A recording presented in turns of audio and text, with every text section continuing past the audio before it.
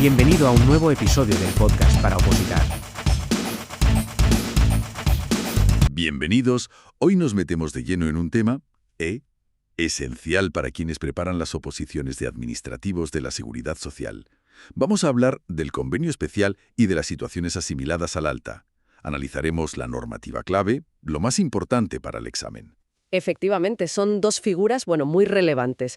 Comprender bien para qué sirven, quién puede acceder, los requisitos, es crucial, no solo para aprobar, claro, sino para el día a día en la seguridad social. Pues empecemos por el principio. ¿Qué es exactamente un convenio especial? Según la Orden TAS 2865-2003. Pues mira, básicamente es un acuerdo voluntario que se firma con la Tesorería General, con la TGSS, sirve para que una persona que, ha dejado de trabajar o cumple ciertas condiciones pueda seguir, conectada al sistema, para generar derechos, sobre todo pensando en la pensión. Entiendo. Cubre contingencias comunes, ¿no? Jubilación, incapacidad permanente. Eso es. Pero como regla general, deja fuera otras cosas, la incapacidad temporal, o sea, la baja médica, nacimiento y cuidado de menor, el paro, eso normalmente no entra, salvo excepciones muy concretas. Vale. ¿Y quién puede firmar este convenio? El artículo 2 de la orden menciona varios casos. Sí, hay varios supuestos. La idea general es cubrir lagunas, periodos sin cotizar.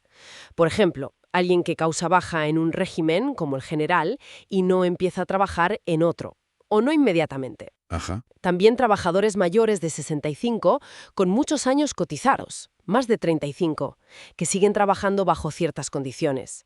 O gente con pluriempleo que deja uno de sus trabajos. Comprendo. O alguien que cobra una incapacidad permanente total, vuelve a trabajar y luego vuelve a cesar.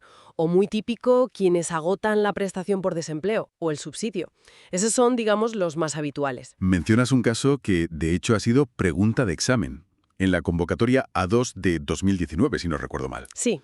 Alguien que cesa en un trabajo y luego le contratan con un sueldo menor, que genera una base de cotización inferior a la media que tenía antes. Ese también puede. Correcto. Ese matiz es importante. La base de cotización tiene que ser inferior al promedio de los últimos 12 meses. Y sí, ha sido pregunta directa. Perfecto. Pasemos a los requisitos. Para poder suscribirlo, ¿qué hace falta? Artículo 3. Bueno, lo primero, hay que solicitarlo. Se pide en la dirección provincial de la TGSS o en la administración que corresponda. Y ojo, aquí un detalle importante sobre el plazo. Ahora mismo es de 1 año. Tienes 1 año desde que se produce la situación que te da derecho a pedirlo. 1 año. Eso es más tiempo que antes, ¿verdad? Sí, y antes era más ajustado. Ahora hay margen de 1 año. Y otro requisito clave, fundamental. La cotización previa, imagino. Suele ser pregunta típica. Exacto. Hay que acreditar como mínimo 1.080 días cotizados. Y no en cualquier momento, sino en los 12 años justo anteriores a la baja o la situación que da origen a pedir el convenio. Esto salió, por ejemplo, en la pregunta 35 del examen C1 de promoción interna de 2019. Es un dato clave. Vale, lo solicito. Cumplo los requisitos. ¿Y ahora qué? ¿Cuánto tarda la TGSS en responder? Pues tienen un plazo de 3 meses para notificar si procede o no. ¿Y si pasan los 3 meses y no dicen nada? Silencio positivo. Si no hay noticias en 3 meses, se entiende que te lo han concedido. Ah, y atención, que sobre esto de la formalización hay una novedad importante, ¿no? Desde junio de 2024. Importantísima. Ha cambiado con la orden ISM 386-2024. Antes, cuando te notificaban que sí, que procedía el convenio, tenías que dar tu conformidad expresa. Ahora no necesariamente. Si te notifican la resolución favorable, el convenio se considera suscrito si das la conformidad, claro, o si simplemente no te opones expresamente antes de que termine el mes siguiente al de la notificación. O sea que si no dices nada, se entiende que estás de acuerdo. Mucho más ágil. Sí, agiliza el trámite, la verdad. Hablemos de dinero. La cotización. ¿Sobre qué base se cotiza? ¿La elige uno? Sí, el interesado elige la base de cotización mensual, pero dentro de unas opciones que marca la norma, el artículo 6. Puedes elegir la base máxima del grupo de cotización donde estabas, pero solo si has cotizado por ella al menos 24 meses en los últimos 5 años. Vale. Otra opción es el promedio de las bases por las que cotizaste en los últimos 12 meses, siempre que sea superior a la mínima vigente. También puedes elegir la base mínima del régimen de autónomos, del RETA, o una base intermedia entre la que tenías y la mínima. ¿Y el tipo de cotización que se aplica a esa base? Pues se aplica el tipo general vigente para contingencias comunes, que ahora mismo es el 28,30%. Pero a eso se le multiplica un coeficiente, que normalmente es 0,94. Y además hay que sumar la cotización del Mecanismo de Equidad Intergeneracional, el MEI, que para 2024 es un 0,7%. Llegamos a un punto que sé que genera bastantes dudas y que cae mucho en los exámenes. La fecha de efectos del convenio. La famosa regla de los 90 días del artículo 5. Sí, este punto es, bueno, hay que tenerlo clarísimo. A ver, si presentas la solicitud del convenio dentro de los 90 días naturales siguientes al cese o a la situación que te da derecho a pedirlo, ¿Qué pasa entonces? pues tienes dos opciones para la fecha de efectos. Puedes pedir que empiece a contar desde el día siguiente al cese, o sea, con efectos retroactivos, o puedes elegir que los efectos empiecen en la fecha en que presentas la solicitud. Puedes elegir. Vale, eso si lo pides dentro de los 90 días. ¿Y si te pasas? Si lo pides el día 91 o después. Entonces ya no hay opción. Si la solicitud se presenta después de esos 90 días naturales, los efectos del convenio empiezan, sí o sí, el día en que presentas la solicitud. No puedes pedir retroactividad. Clarísimo. Y esto ha caído en exámenes, ¿verdad? Recuerdo preguntas sobre esto en 2022. Sí, totalmente. En las convocatorias de 2022 para C1, tanto la pregunta 13 como la 913 ilustraban justo estos dos escenarios, la solicitud tardía, sin opción, y la temprana con opción. Hay que dominarlo. Antes de cambiar de tema, una cosa rápida. ¿El convenio se puede suspender o acabar? Sí. Brevemente, el artículo 10 lo regula. Se suspende, por ejemplo, si empiezas una actividad y cotizas en otro régimen, pero con una base inferior a la del convenio. Aunque ahí puedes optar por mantenerlo o extinguirlo. Y se extingue si empiezas a trabajar con una base igual o superior, si te conceden una pensión, jubilación o incapacidad permanente, por fallecimiento, si decides darte de baja tú mismo o por dejar de pagar las cuotas durante un cierto tiempo. Perfecto. Creo que el convenio especial queda bastante claro. Pasemos al otro concepto clave de hoy.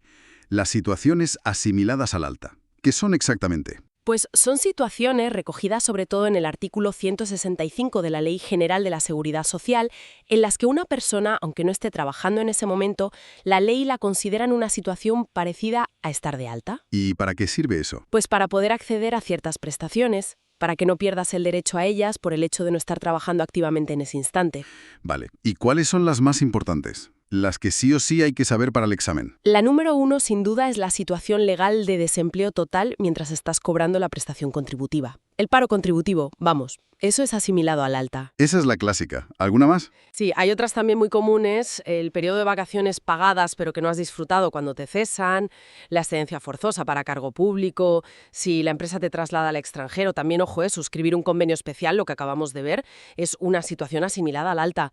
Y la huelga legal o el cierre patronal, que aunque son situaciones de alta especial, también se consideran asimiladas para ciertas cosas. Y hay una específica para autónomos, ¿verdad? Sí, el periodo de 90 días justo después de causar baja en el RETA. También se considera situación asimilada. Importante saber las que sí son. Pero también las que no lo son, ¿cierto? Porque a veces juegan con eso en las preguntas, como el paro voluntario. Exacto. El cese voluntario en el trabajo, el paro voluntario, no es una situación asimilada al alta. Y eso ha sido pregunta trampa más de una vez. Apuntado queda. Y luego está esa figura del alta de pleno derecho. ¿Nos explicas qué es? Claro. Es una protección para el trabajador. Significa que incluso si el empresario ha incumplido su obligación de darle de alta o de cotizar, la ley considera al trabajador como si estuviera de alta igualmente. Pero solo para ciertas contingencias muy importantes, para los accidentes de trabajo, las enfermedades profesionales, para la prestación por desempleo y para la asistencia sanitaria por enfermedad común o accidente no laboral. Es una garantía para el trabajador frente al incumplimiento del empresario. Justo, como se preguntó en 2019 sobre si aplicaba para el desempleo. Y la respuesta es sí. Una última duda sobre las asimiladas. En algunas de ellas, aunque no se trabaje, se sigue cotizando. Sí, en algunas sí se mantiene la obligación de cotizar. Por ejemplo, durante ciertos permisos o si ocupas un cargo público sin estar en excedencia forzosa. En esos casos, la base de cotización suele ser la mínima del último grupo profesional en el que estuvo el trabajador. Lo regula el Reglamento General de Cotización. Genial. Pues creo que hemos cubierto los aspectos más importantes. El convenio especial. ¿Quién puede? Los requisitos clave como el plazo de 1 año y los 1080 días, la nueva forma de formalizarlo, cómo se calcula la cotización y, sobre todo, la regla crucial de los 90 días para los efectos. Y también las situaciones asimiladas al alta más relevantes, destacando el desempleo contributivo y diferenciando las que son de las que no son. Sí, yo creo que los puntos clave están repasados. Dominar estos detalles, las diferencias, los plazos, es lo que marca la diferencia en el examen. Y bueno, como reflexión final, quizá podríamos darle una vuelta a esto.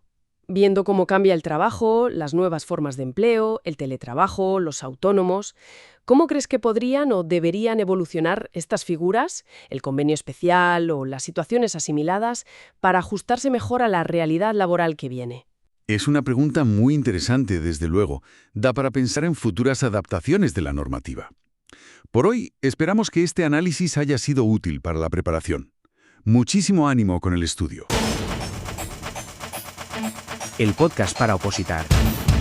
Una producción de Balander Productions.